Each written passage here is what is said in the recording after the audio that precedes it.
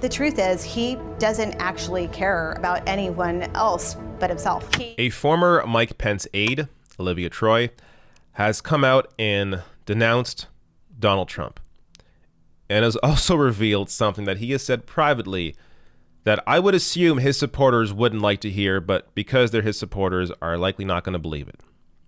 Though I think it's clearly very believable. But let me play her clip here discussing how she feels. I'm Olivia Troye. I was Homeland Security and Counterterrorism Advisor to Vice President Pence and served as Vice President Pence's lead staff member on the COVID-19 response. You know, I've been on the COVID task force from day one. I mean, the virus was very unpredictable at the beginning. There were a lot of unknowns, but towards the middle of February, we knew it wasn't a matter of if COVID would become a big pandemic here in the United States, it was a matter of when. But the president didn't want to hear that because his biggest concern was that we were in an election year and how is this going to affect what he considered to be his record of success. It was shocking to see the president saying that the virus was a hoax, saying that everything's okay when we know that it's not.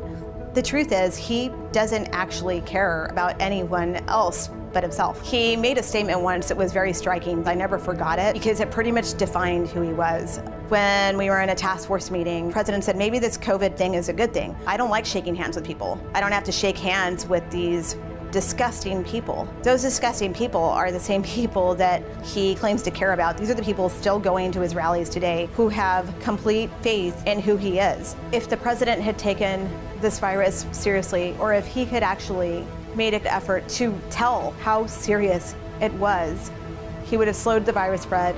He would have saved lives.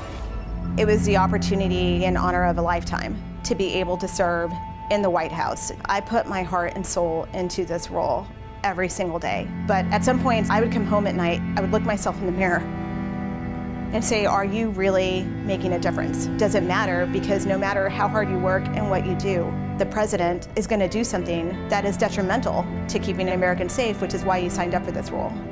It was awful. It was terrifying. I have been a Republican for my entire life. I am a McCain Republican, I am a Bush Republican, and I am voting for Joe Biden because I truly believe we are at a time of constitutional crisis. At this point, it's country over party. All right. Now, if there are any conservatives that are still gettable, though I highly doubt there are, maybe a handful. But if they exist, videos like this should do something. You have somebody here who worked in the White House, and she isn't saying anything out of the ordinary. We already heard from the Bob Woodward audio tapes that Trump purposely downplayed the virus. He understood the threat and downplayed it on purpose, because he didn't want that to hurt him. So nothing said here is crazy. It all makes sense. But the one thing I do pull out of here that is 100% definitely true, and to me hilarious, is when she says that Trump said he doesn't want to have to shake hands with these disgusting people, talking about his own supporters. If you're a supporter of his, again, you're not going to believe it because you're a supporter of Trump, but that should bother you. That said, I totally agree. Shaking hands is a very disgusting act. I mean, if we think about it now, think of how many times you've likely gotten sick because you shook somebody's hand. I think we should all go to bowing. Makes a lot more sense, a little more clean. But when it comes to Trump being afraid of germs, this is well known. Of course he said this. But for him to have this amount of hatred for his own base, I just find it to be comical because it's the only people he continues to try to win over. I mean, if he actually wanted to expand his base, he would try and be a good person. He would try and be a good president. But he has no interest in actually doing good. He just has the interest in speaking to his existing base, which is shrinking and shrinking and shrinking. But let me get to, so Pence responded to this. This is from CNBC. Pence said Thursday that he hadn't read the comments in detail. Quote, reads to me like one more disgruntled employee who's left the White House, decided to play politics during an election year. He told reporters at the White House, according to a pool report. This is something you will notice about Pence. He will not deny something if it's true.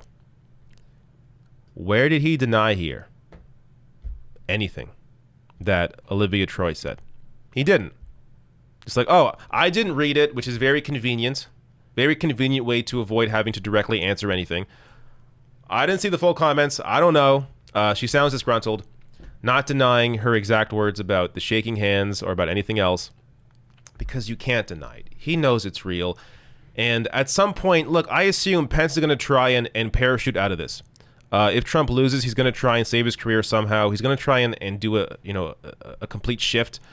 Write a book explaining his time there. Pence wants to monetize his time in the White House, and we should understand that we cannot let him do that. There has to be charges laid.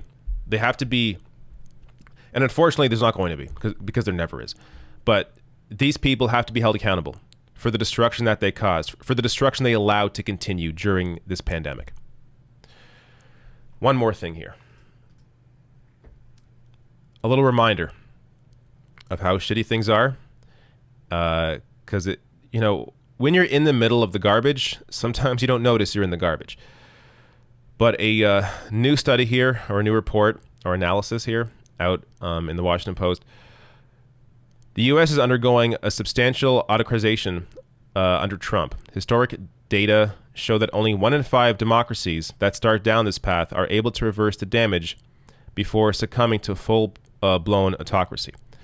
So I read this and I freaked the hell out. You have a 1 in 5 shot at reversing course, meaning there is a 4 out of 5 chance that it's going to get worse. Just keep that in mind come election day. And understand that also voting isn't your only option, isn't your only tool here. Voting, of course, definitely vote. Very important. But you have to continue to stay engaged in whatever way you can. Be it in local races, state races, or even in political groups like the DSA or Black Lives Matter. There are various ways that you can use your power to try and move the country into a more into a direction that's rid of this bullshit. And all of it starts though with getting out this president, because if he doesn't lose in November, it's just going to get a lot worse.